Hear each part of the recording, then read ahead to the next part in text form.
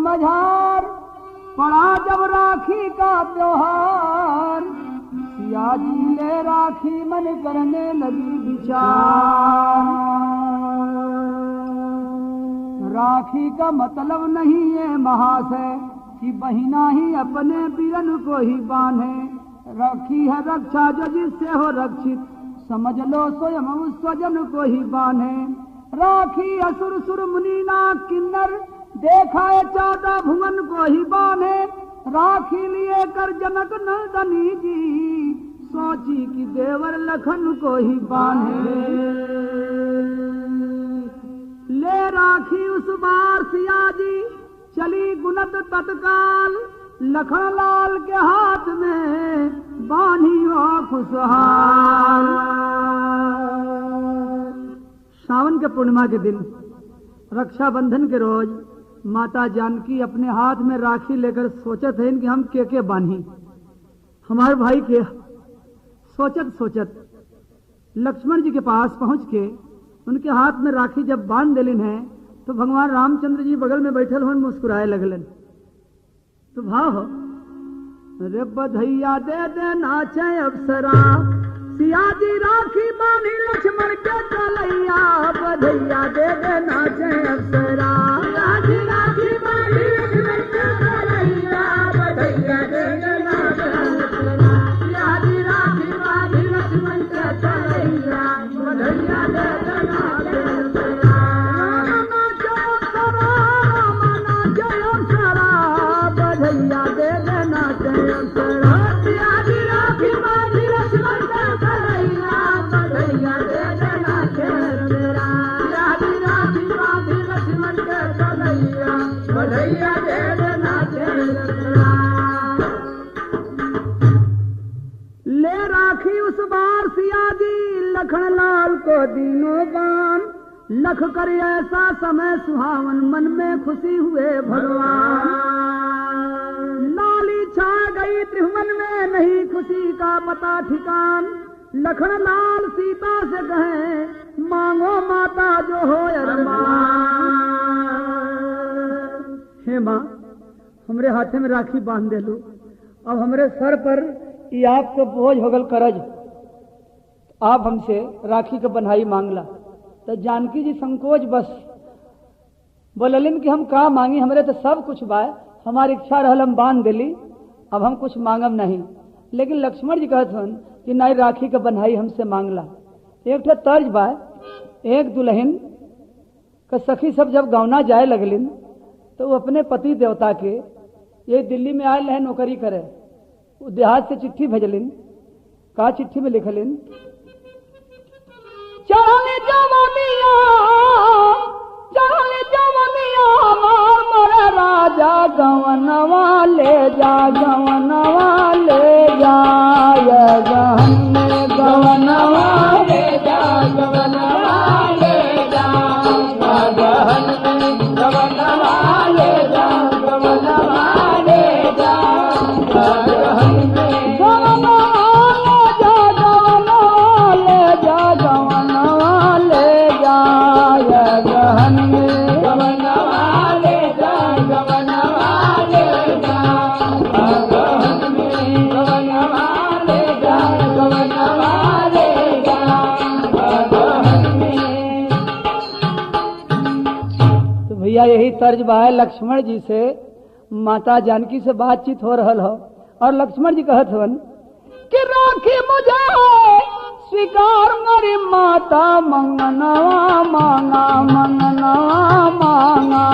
रखिया के मंगनवा मांगा, मंगनवा मांगा।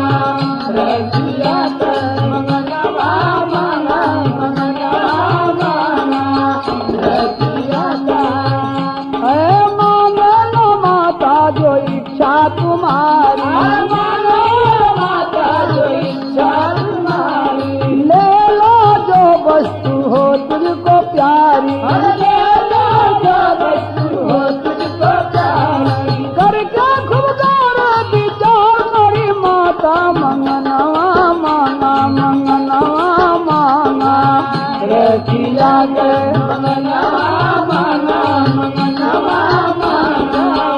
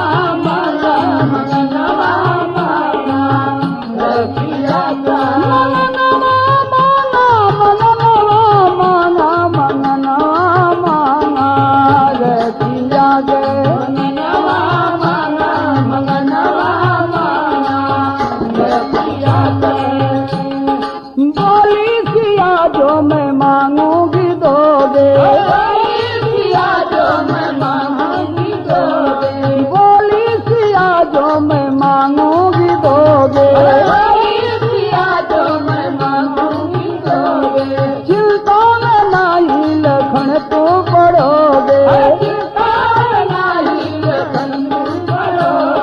हाजिरा प्राण मार मोरी माता मंगनवा मांगा मंगनवा मांगा रे पिया दे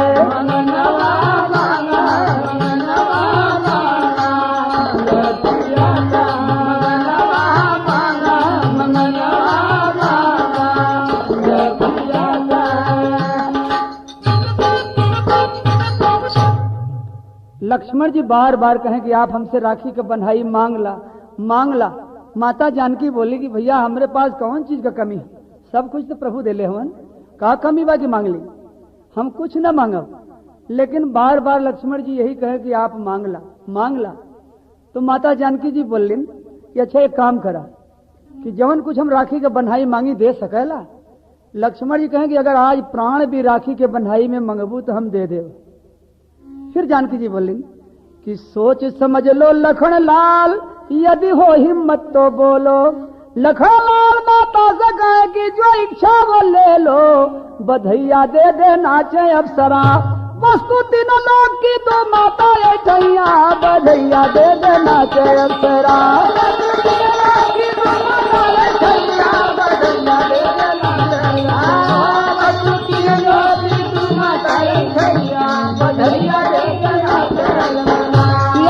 राखी बानी लक्ष्मण के कलैया, बधैया दे देना जय अप्सरा। राखी बानी लक्ष्मण के कलैया, बधैया दे देना जय अप्सरा। राखी बानी लक्ष्मण के कलैया, बधैया दे देना जय अप्सरा। अगर राखी के बंधाई में आज प्राण मंगबू तो हम प्राण भी दे देव। तो जानकी जी कहलिन कि जरा सोच समझ के बोलिहा, हम मांगे थे लेकिन मांगे के पहले हमें 3 वचन आप दे दे। तो लक्ष्मण जी 3 वचन दे के वचनबद्ध हो गई।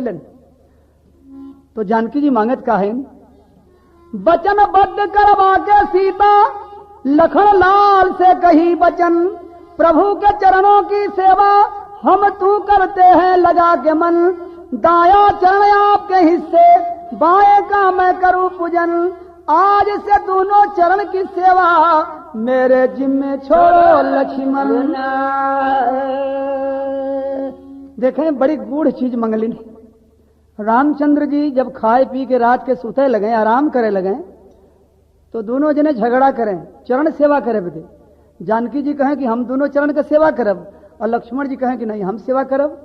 तो भगवान दोनों जने के एक एक चरण का सेवा बांट दिलन। बायां चरण जानकी जी के जिम्मे और दाहिना चरण लक्ष्मण जी के जिम्मे। तो दोनों जने एक एक चरण दबावे शुरू करें। बहुत देर तक लक्ष्मण जी दबावें। जानकी जी के थोड़ा दिक्कत महसूस होए कि पति और पत्नी के बीच में इनकर कोई जरूरत नहीं, लेकिन पैर पकड़ के बैठ जालन, रोज दबावे लगलन। हमार कोनो ऐसा मौका आई कि इनकर यहां से हम ट्रांसफर कर देव, बदली कह के तब छोड़ब। आज राखी के बंधाई में जानकी जी वही रात के सेवा वाली ड्यूटी लक्ष्मण जी से मांग लें कि हमें राखी के बंधाई में रात के चरण की सेवा जो हम दोनों जने मिलके करीला वो आज से हम अकेले करब। तो भाई लगा सुनत बचनिया सिया के वही जुनिया, लगल कले जवा में बाण, धरती पर गिरी गईले लखन बलिवनवा, आई गयल मूर्छा महा। सुन के सीता माता जी के तनी बचनिया, धरती पर गिर गईल लखन बलवान, जैसे शक्ति लागल रह लंका नगरी में, वैसे आज लगल बा लखन के शक्ति बाण। तो रोई रोई सीता जगावे लखन प्यारे, काहे बदे बाटा इतना हमसे ऋषियान, जनले जो हम होई तोहरी हुई है ऐसन हलिया, मांगित नहीं प्रभु के चरनिया कदान। भगवान रामचंद्र जी जब देखलन कि यह दोनों जने का लेन देन वाली बात शुरू हो गई, तो वहां से हट के कुछ दूर जाके बैठलन कि देवर भौजाई का मामला है, पता नहीं का ली है का दी है, तो हमारे यहां से हटी जाना ठीक हो। लेकिन यही बीच में जानकी जी जब चरण के सेवा मांग लेलिन और लक्ष्मण जी बेहोश हो गईलन, तो जानकी जी रो रो के जगावत है। एक तर्ज हो, कहाँ से अवतारा कौन पान जइबा बबुआ बोलिना, के हो दिलस घरवा से निसार बबुआ बोलिना, के हो दिल घरवा से निसार बबुआ बोलिना, के हो दिल घरवा से निसार बबुआ बोलिना। हाँ ऐसे ही तर्ज हो, रोई रोई सीता माता लखन के जगावे बबुआ बोला हो, काहे गईला तना सियाए बबुआ बोला हो, काहे गईला तना सियाए बबुआ बोला हो, काहे गईला तना सियाए बबुआ बोला हो।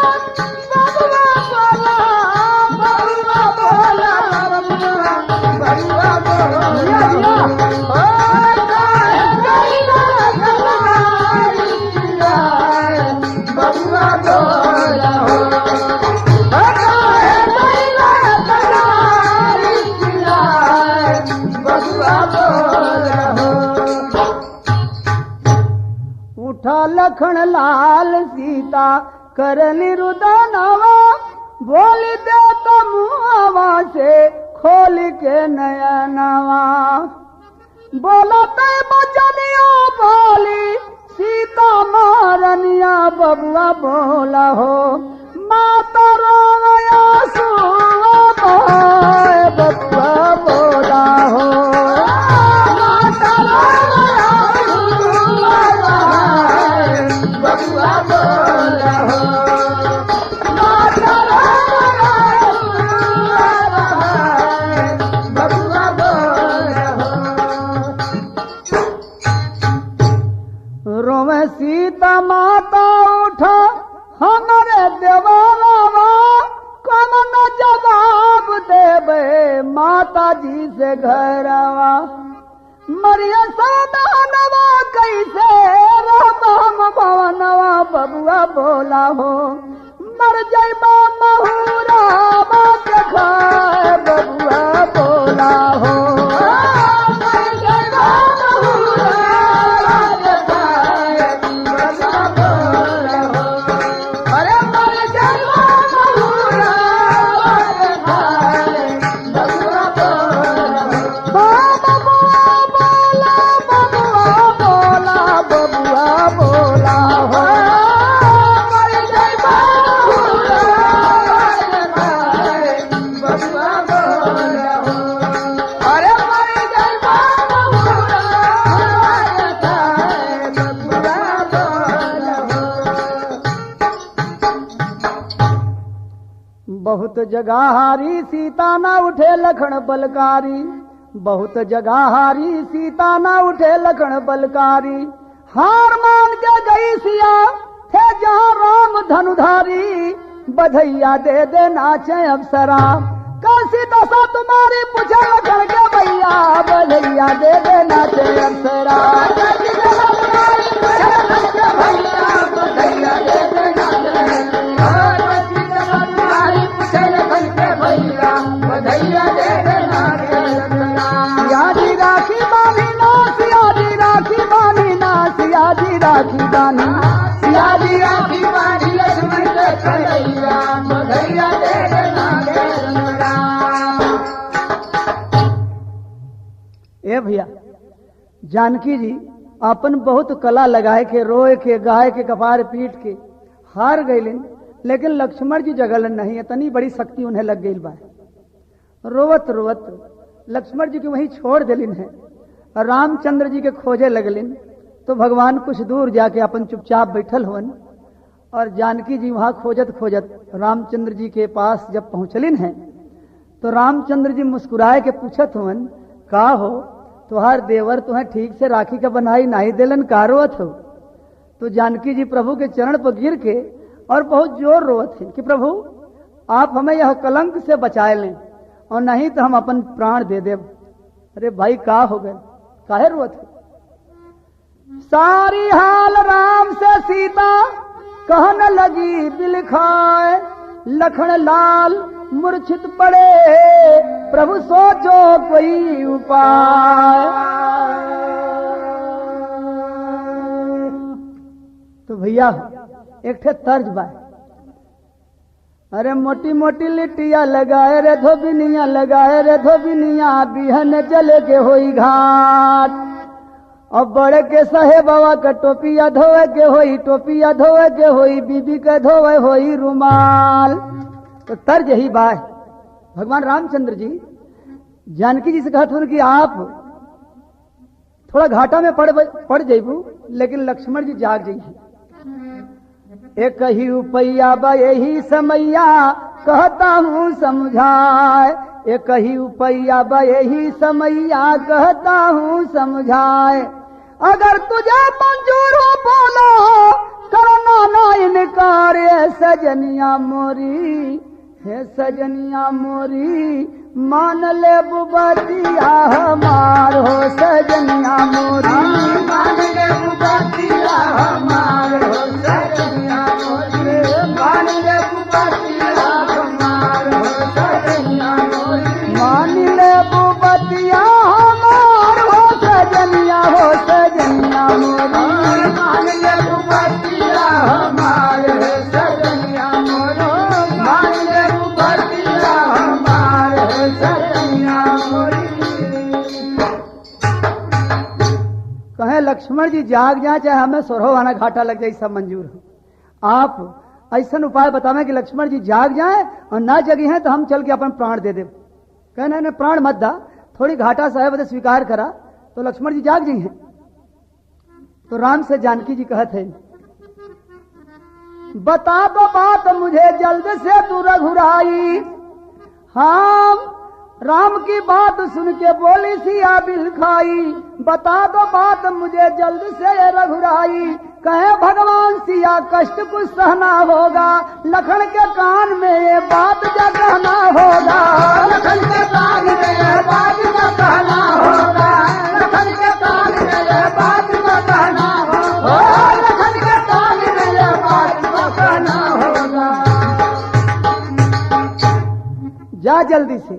जहां लक्ष्मण जी बेहोश हवन, उनके कान में मुंह सटा के कहिया कि हे तात जाग जा, आज से तो ही दोनों चरण के सेवा करिहा, जाग जा। लेकिन कान में मुंह सटा दिया और कहिया कि उठा हो ललनवा राम के बिरनवा, कहती हूँ एक बात। उठा हो ललनवा राम के बिरनवा, कहती हूँ एक बात।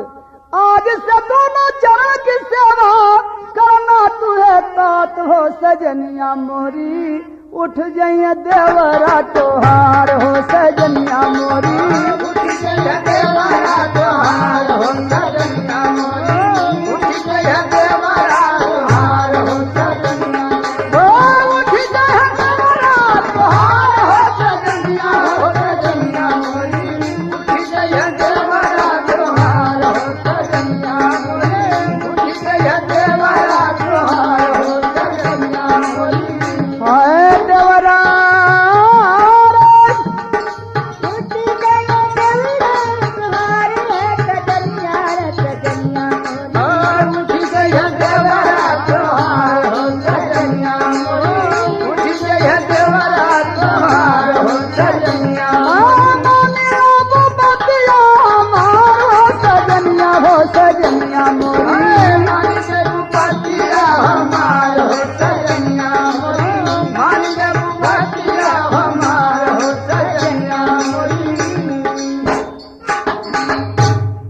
जा यह काम करा जल्दी से, नहीं तो लक्ष्मण जी उठिए नहीं।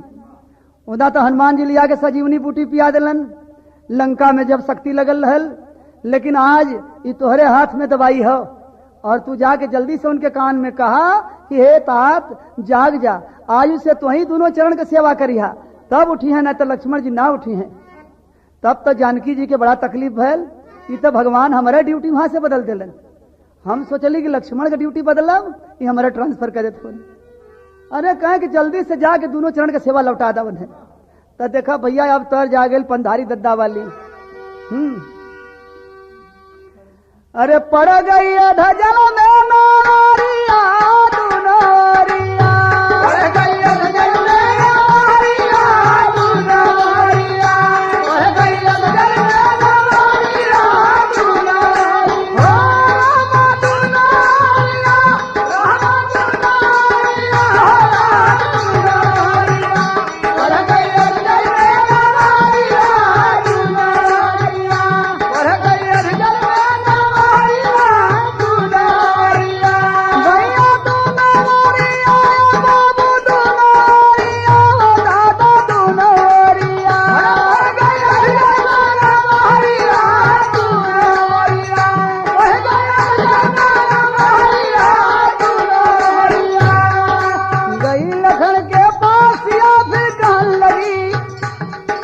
रामचंद्र का बात सुनत चल भाई सीता मल्लाई, चल भाई गौर बढ़ा के, चल भाई गौर बढ़ा के, चल भाई गौर बढ़ा के सीता, चल भाई गौर बढ़ा के, चल भाई गौर बढ़ा के, राम चल भाई गौर बढ़ा के, अधजल ना पा जाई ना मर बीता के सुजना एक दुनारिया दुनारिया, सुजना एक दुनारिया दुनारिया, सुजना एक दुनारिया दुनारिया, राम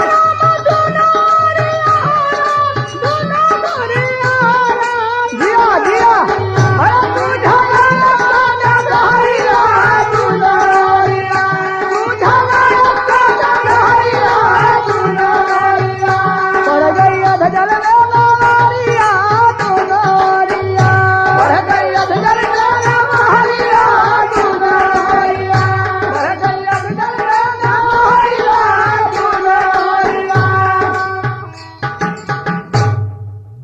जानकी जी सोचत हन कि हम तो दोनों ओर से गईली, चरण के सेवा भी गयल और हमार रात वाली ड्यूटियों चल गई। अब आज मंजस में पड़ गईली। कहा सोचत है कि अगर लक्ष्मण जी नहीं जियतन तब वो हमें कलंक लगी और हम जाके दोनों चरण के सेवा लौटा देते तो जाग जी हैं, लेकिन हमें घाटा लग जाई। भगवान कहते उनके जल्दी जा, अब सोचा मत। तो जानकी जी कहा सोचत है अगर चरण का सेवा चाहूं टूटी लखन से नाता, और टूटी लखन से नाता भैया, टूटी लखन से नाता, टूटी लखन से नाता, टूटी लखन से नाता, एक चरण हमारा हिस्सा था वो बिजा विधाता, जंग मनोहर नारिया दुनारिया, जंग मनोहर नारिया दुनारिया, जंग मनोहर नारिया दुनारिया, एक चरण हमारा हिस्सा था वो बिजा विधाता, जंग मनोहर नारिया दुनारिया, जंग मनोहर नारिया दुनारिया, जंग मनोहर नारिया दुनारिया, पड़ गई अधजल में नारिया दुनारिया, पड़ गई अधजल में नारिया दुनारिया, पड़ गई अधजल में नारिया दुनारिया।